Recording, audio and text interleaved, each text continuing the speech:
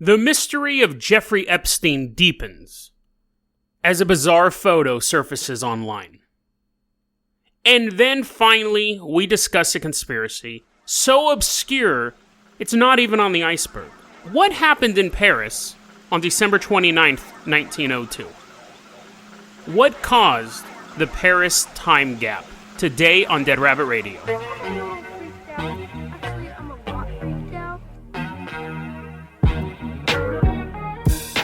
Hey everyone, welcome back to another episode of Dead Rabbit Radio. I'm your host, Jason Carpenter. I'm having a great day. I hope you guys are having a great day too. We got some more patrons. Is it Patreons? We have Jeremy Davis, Caden S., William Herman, and Reese's Pieces, delicious candy. They've done a lot of stuff with Reese's. I don't think the candy itself is now one of my patrons, but they've done some delicious. He might be no, that's the M&Ms, the big talking M&M. But he may be made of Reese's Pieces. What I'm trying to get at is they've done a lot of interesting thing with Reese's Pieces over the years. It's stuff them in other candy. I had a Hershey's bar with Reese's Pieces in it the other day. It was quite yummy. So thanks again, and again, not the candy. The candy itself is not supporting the show, but again, if it is, it's a delicious treat. So thank you for supporting the show. Thank you very much. We got a lot of stuff to cover today, so we're going to just jump right into it. Now, the first story we're going to talk about was sent to me by my buddy Carson, and he said, have you heard about the newest wrinkle in the Jeffrey Epstein case? I don't know if he put it like that. I don't know if he's like, oh, good chap, have you heard? Like, he just sent me a link, actually. I don't even know if he commented on it. But thanks, Carson, for the link. What it is that, so Jeffrey Epstein is dead. And the official story is he killed himself. They said that his part of his neck bone was broken, which often happens in strangulations, but it can happen when you commit suicide. Who knows? Like, there's no videotape that they've released of anyone walking into the cell, if it exists. That is still a mystery going on. But another mystery is that Jeffrey Epstein had, and let me say, if you're not familiar with who Jeffrey Epstein is, I did an episode on him a while back, but Jeffrey Epstein was a millionaire financier in America who had a side gig of trafficking young girls to very, very powerful people. And he got arrested, and he was sitting in jail waiting to be tried, and then he dies. People have thought that a powerful person had him killed. People think that he killed himself. There's always the option that he did kill himself because he was being threatened. Like, if you don't kill yourself, your loved ones will be killed. So there's a couple different variations of what could have went on there. But that's the backstory. So anyways, he had an accomplice named Ghislaine Maxwell. And she is currently being sought after by the authorities. They want to talk to her because here's the thing. Someone has to pay for those crimes. Justice Department doesn't want the case to just go away. The victims who are trying to sue her, and one of them successfully did sue her, got a settlement out of court, they want to see justice done. Since Jeffrey Epstein's out of the picture, she's the next target. People are looking for her. And last week, a photo of her appeared online. And it's her sitting at what appears to be some sort of like burger restaurant, some sort of restaurant in LA. And she's sitting there, she's facing the camera. The way she looks, it's really weird. You know, there's people like who look at the camera when their photo's being taken, and then there are people who like stare into your soul as the photo's being taken. That's this picture. It's really hard to talk about a photo on a podcast, but she's really, you look at it and she looks alive in the photo. It's quite odd. Quite odd. But anyway, so she's sitting in this burger restaurant, and the story behind the photo is someone was sitting at this burger restaurant as well, and they recognized her, and they pulled out their iPhone and snapped a quick picture of her. But a lot of details have come to light that make that story very, very, very suspect. So there's a photo before that photo was taken. There's a photo of her kind of like rustling, like looking through her purse or something like that, kind of looking down. But that's not the first photo that surfaced. The first photo that surfaced was the one where she's staring at the camera. But in between the photo when she's not really paying attention and the one that she's gazing into your soul, she changes her hairstyle, which is, I mean, it's not like, it doesn't go into like a beehive. It's not super drastic, but you can tell she did her hair. Excusable. If you know someone's taking your picture, you might kind of, not going to take time to put on your makeup, but you may kind of fix your hair. But in the first photo, there is two people eating. She's surrounded by about 3 tables. We see 3 different groups of people eating in this outside restaurant. In between the time the first photo was taken and the second photo was taken, the people directly behind her have changed. So a couple of minutes would have had to pass between the two photos. Again, not entirely suspicious, but odd nonetheless. How much time was there between these two photos? At the table she's sitting at, there's 2 trays with 2 soft drinks. So people are wondering, who was she there with? Would they have like a buy one, get one free, and she just loves a good bargain? So she got both of them? People know where this location's at because they can see all the landmarks behind her. And the authorities are looking for her, and then internet sleuths are looking for her, people who represent the victims are looking for her. So they start digging into this, and they want to know when the photo was taken. At the bus stop behind her, there is a movie poster for a movie called The Good Boys, which I guess is some new movie coming out, or came out last weekend or something like that. And someone goes, you know what, let's find out when that movie poster was put up, so then we have a earliest date that this photo could have possibly been taken. Taken a month ago, it's not too much of a lead. But if it's been taken after Jeffrey Epstein died, well, now we have something. Somebody calls up the advertising company and says, hey, we want to know when the poster for The Good Boys went up at this bus stop. When they say the location, and the advertising company goes, The Good Boys? Why, that poster died 100 years ago today.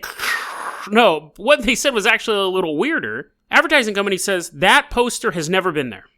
About 6 weeks ago, there was a contract for a hospital ad to be on the side of that bus stop, and it's been up ever since. It's still up today. And before that, we didn't have a contract for the Good Boys poster. So somebody photoshopped that poster into the picture. See, now it's getting weird. First you're like, dude, she's doing her hair, no big deal. Somebody took an image of the Good Boys poster and digitally inserted it into the picture. Now, there's 2 reasons why somebody could have done that. The logical reason is this. The photo was taken quite a while ago, and the bus stop may have had an ad for an older movie like Endgame or Child's Play or something like that. And the photographer said, I need to make it look like this was taken more recently to get more attention, so they digitally inserted in the Good Boys poster, just assuming no one would ever check on it. The second one is a little less likely, but considering the type of people we're dealing with, might be true. We've talked a lot. I did an episode on Kevin Spacey's weirdo Christmas video or Thanksgiving. It was Christmas. His weirdo Christmas video where he was talking about, like, I'm going to get all of y'all in that weirdo voice. And I got a lot of flack on that video because I said he's just a big weirdo. And people were like, no, it's Illuminati, it's satanic. He's sending all these coded messages. See how he washes his hands 3.5 times? That's a Masonic number. But this one, you have this photo that you know is going to be very popular. It's going to be shared all over the media.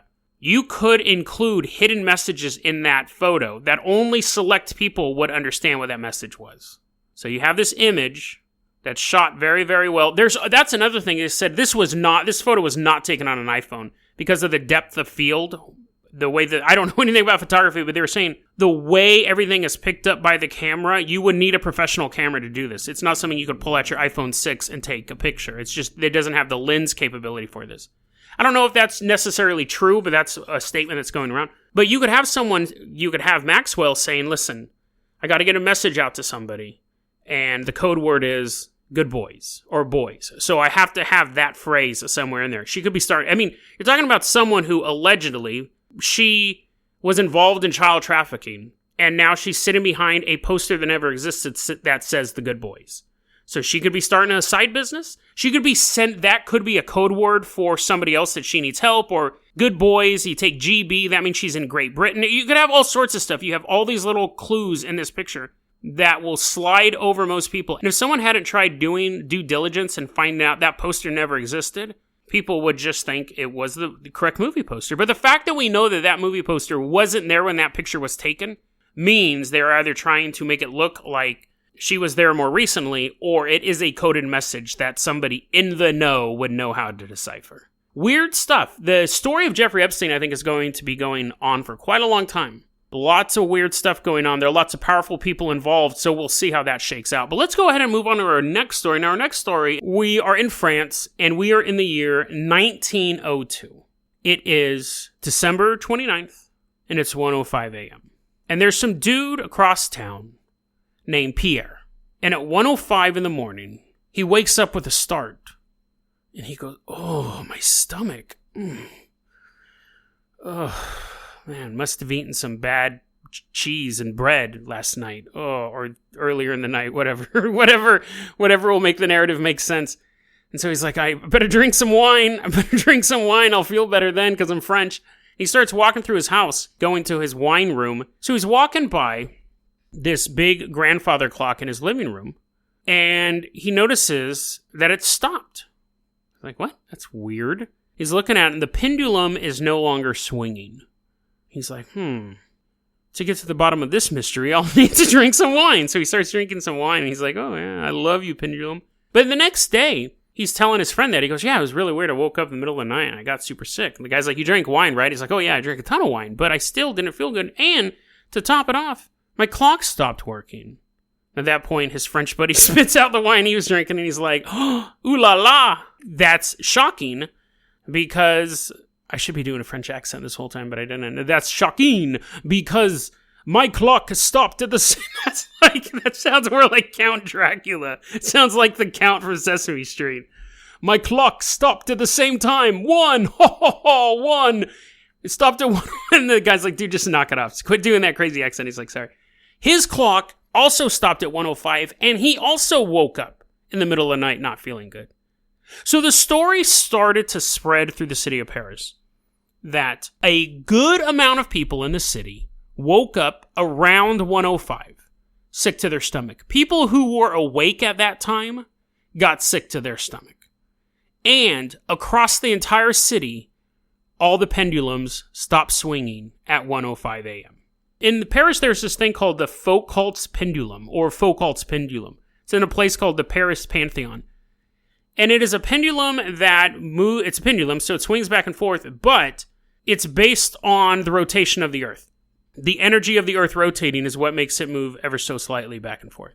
Now, that one you wouldn't actually be able to tell when it stopped, but all the pendulum clocks stopped at 1:05. If you had a clockwork clock, if that makes sense, that kept going. So you had this mystery in the city of Paris of a good amount of the population becoming nauseous, and the pendulum stopping at 1:05 a.m. That is the story of the Paris time gap. Now, I had read that story online, and I thought, that's interesting. So, of course, I start digging into it more. And what I find almost immediately is that people say, this story is made up, it never happened. This story appeared on a Netflix show called Top 10 Secrets and Mysteries. And people are like, that show makes stuff up. It tells some stories that are true and some stories that are false. Some stories that are exaggerated because it's basically a clickbait type show on Netflix. Top 10 Secrets and Mysteries. And this was on the episode Big City Mysteries. So I was like, okay, I will have an episode about, once again, a story that is made up, infiltrating the real life paranormal and conspiracy world and how people get confused about these things, myself included, like Lone Pine Devils and things like that. Stories we come across that are 100% fake and were made up very, very recently that are starting to filter into the lore of the conspiracy realm. And I went to bed. And last night, the Book of Giants episode was running late because it was much longer than what you guys heard. I took out a bunch of stuff. And I went to bed late, and I laid there on the couch, and I couldn't sleep. And I go, you know what? Since I can't sleep anyways, I'm going to find out what the earliest reference is to the Paris time gap. Because if there is no reference to the Paris time gap before the airing of that show or nearby it, then Netflix did make it up. But if I can find something predating the show, there's another mystery going on here. I started looking more into the Paris time gap, and again, people are saying this is a Netflix show. You go to Quora, and they're like, is this true? No. It's because you'll find a lot of articles that talk about the story I just told you. And then when people ask more about it, it dead ends at Netflix. Some people have said, well, there was an H.G. Wells story back in like 1898 or something like that called The Man Who Stopped the World, and it could have been based on that as well. But there was no reference to pendulums in it or Paris or anything like that I could see, that no one else pointed out. Everyone just said this was a Netflix show. So I looked up how to start off with this. The Netflix show aired on March 15th, 2019. That's the first time you could download it. It was season 2 of that show. So I figured maybe there was a reference to it a little bit before that time, as Netflix did make up the story, and they're trying to create a little coverage for them. They throw up a couple blogs, and then they release the episode. What I found is a bunch of the stories that talk about this took place after the airing of that episode, with 2 exceptions.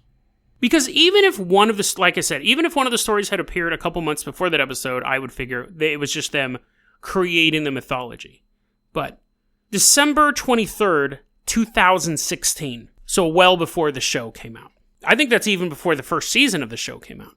There was a poster called Moonchild on the Amino website, which is kind of like a blogging type website. You put up whatever you want. Moonchild specifically does short articles about paranormal and conspiracy events.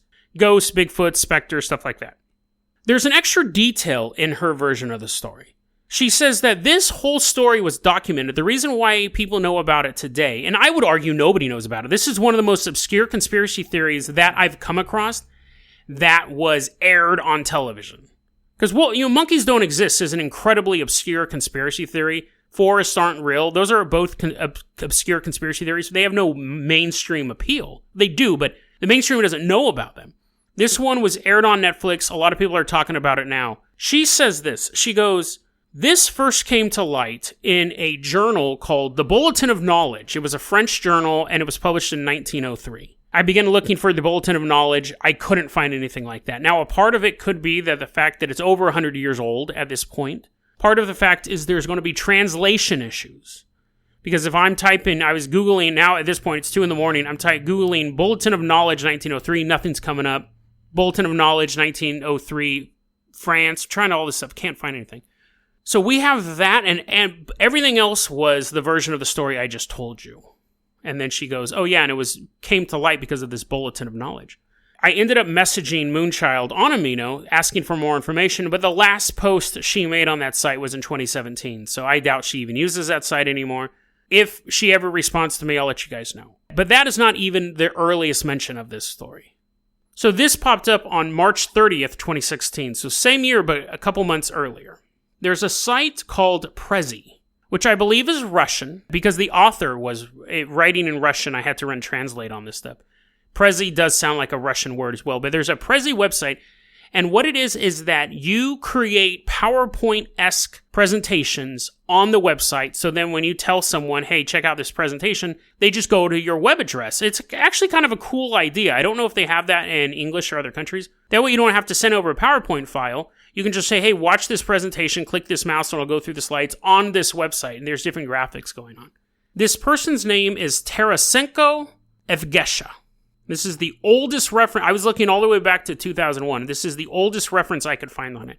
And usually before 2001 is really when the search engines were kicking off. That's usually, unless I'm looking for something really old, that's usually where I'll stop because you won't get much results. And going all the way back to 2001, and I put a limit that I couldn't find any mentions of it before 2019 is where I found these two guys, was where I found these two sites. It was just these two that I could find before the Netflix show aired. This is what it says on this website. There's a little tiny PowerPoint display, and then there's the text of the PowerPoint display listed underneath the graphics. And this is what it says. There's going to be some translation errors, some grammatical issues, but it just makes it even weirder. Paris fail. That's the title of the presentation. Mysterious and unexplained phenomenon. Observed in Paris on the night of 29 to 30 December 1902. History. That night, in many places in the city, in 5 minutes, 1 o'clock, which is 5 minutes after 1. So again, there's some translation errors here. That night, in many places in the city, in 5 minutes, 1 o'clock, simultaneously stopped wall pendulum clock. At the same time as written, Herald of Knowledge, many people feel nausea, dizziness, and fainting proximity. To this day, no one can unravel the mystery of this mystical event. Paris fail. Why? Bizarre. And I'm reading this as I'm starting to get tired. It's almost like a fever dream reading that thing.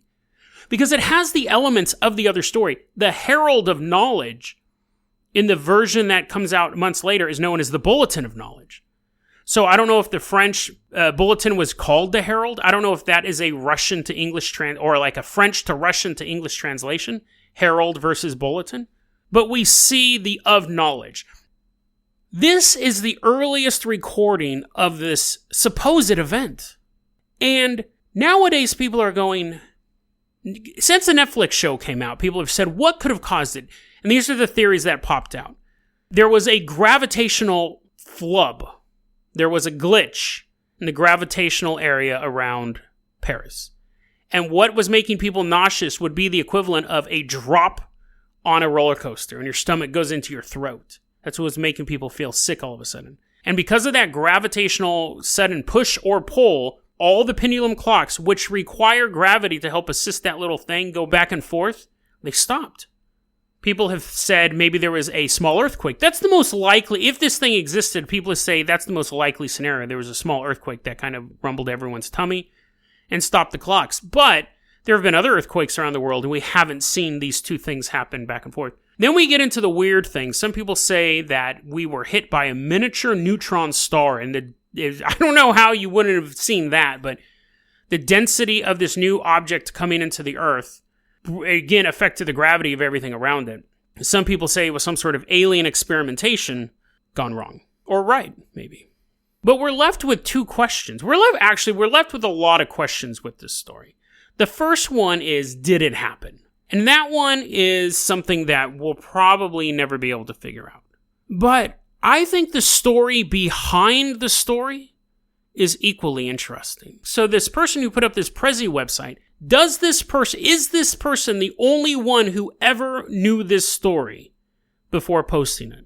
This person did do an other Prezi presentation, and it was about the Russian language and synchronicity. I couldn't make heads or tails of it. It was about the circular logic of Russian language, because this was a very, very long essay, and there was a bunch of translation issues. I couldn't make heads or tails of it. So they put up two presentations. The other one wasn't about like ghosts or spookiness or aliens or anything like that. So you have that, and you have this. Now, it's possible that this was a joke they came up with, that this was some sort of short-form science fiction story they wanted to tell. Who knows? I have no way of contacting this person. I tried searching for them, and I couldn't find anything. I was like, do they have a Facebook? Whatever. I couldn't find anything on this person. Obviously, when you're in the conspiracy realm, there's one thing that I immediately went to when I heard the story. Actually, when I first heard the story, I was like, that's an interesting thing. I wonder what caused it. But as I started digging into it, and I realized there was a huge disconnect between the people who heard the story and the people who said the story was fake and it appeared in the Netflix special. And then you wonder where the Netflix people got a hold of it at. I would find it odd that Netflix, who's running 2 seasons of a show with all these mysteries, and they could have done anything about big city mysteries, they happen to find this one article written by Moonchild on Amino and said, let's do a segment on our show about that. And I find it hard to believe that Moonchild was on Amino, and then one day she stumbled across the website on Prezi and said, oh, I'm going to flesh that out. Herald of Knowledge, I'll change that to Bulletin of Knowledge. Obviously, those are the most likely logical answers. As a skeptic, it is not impossible for that chain of knowledge to have taken place at all. It's unlikely, but not impossible. It's far more possible than the theories that I'm about to throw out. As I started to delve in the story, I started to think, you know what this kind of seems like? It almost seems like a Mandela effect type event. Mandela effect is basically when people shift, or entire groups, millions of people shift from one reality to another, and everything is pretty much the same except for small details. And stick with me here for a second. This is putting on my tinfoil hat here. What if, those 2 glorious words for all of us who enjoy this type of stuff, what if Tarasenko was doing a short history project on Prezi? Tarasenko had been taught about the Paris time gap since they were a kid. They always knew what it was. It was this weird event. It was a Tunguska-level event that everyone kind of knew about and people had questions about and so on and so forth. No one could explain it. But that event is unknown in this reality. Never ever heard of it. But Tarasenko remembers it. And when they have to put together a little history presentation, this is what they talk about. Is it possible that Moonchild 2 is from a reality where this happened and it was detailed and you'd be able to Google it and you'd find mysteries of Paris, and they talk about the catacombs and they talk about these ghosts and they go, remember that time? But in our reality, those web pages don't exist because in our reality, that never happened. And you have enough people who shifted from that reality into ours who remember it as a weird event. In their reality, they may come from a reality where there was no Tunguska event, where there was no Dyatlov Pass, some of our crazy experiences we've had, they have no idea. And when they hear about them, they go, what? I've never heard of that story before. And you're like, really? It's kind of famous. A bunch of hikers went up in the mountains. A known compelling force squished them all. And you're like, oh, that's really, really interesting. Have you ever heard of the Paris time gap? And you'd be like, what are you talking about? But because we talk about such obscure topics, it is common for us to come across stuff we've never heard about before. But this might be the oddest thing I've stumbled across. Because I thought it had an easy answer, and it turns out that there's more questions now, not just about the event, but how we know about the event in the first place. It would only take a handful of people to shift from one reality to another to start posting stuff to spread these stories. And then eventually, they get told around enough forums that Netflix decides, oh, that's a weird story, and throws it into their special. But because everyone without a doubt today could say that never happened. One person was saying, listen, I'm a European history major. I've studied France. I've never heard of this story before. It has to be made up. People who have spent their entire life in this reality would, to the death, say that story never happened. But to the refugees from that reality, it was a very, very well-known event. Sometimes it's not a question of, did the event happen? Was it faked? Is this some sort of clickbait thing? Sometimes the question is, why did it happen? Was it a neutron star? Was it an earthquake? Was it some sort of gravitational mishap? But this one almost defies these questions. From a PowerPoint website, to a Netflix show, to being a growing, mysterious story that's being easily debunked because everyone just goes back to Netflix. The story of the Paris time gap has a lot of mysteries. Whether it happened, or why it happened, is almost irrelevant at this point. I think the question is, why do we know about it? Is this just a fictional tale? Is it clickbait? Or is it a sign that people from another reality are here, and they're wondering why no one else remembers one of the biggest mysteries of their lifetime? deadrabbitradio@gmail.com is going to be our email address. You can also hit us up at facebook.com/deadrabbitradio. Twitter is @JasonOCarpenter. And Dead Rabbit Radio is the daily paranormal conspiracy and true crime podcast. You don't have to listen to it every day, but I'm glad you listened to it today. Have a great one, guys.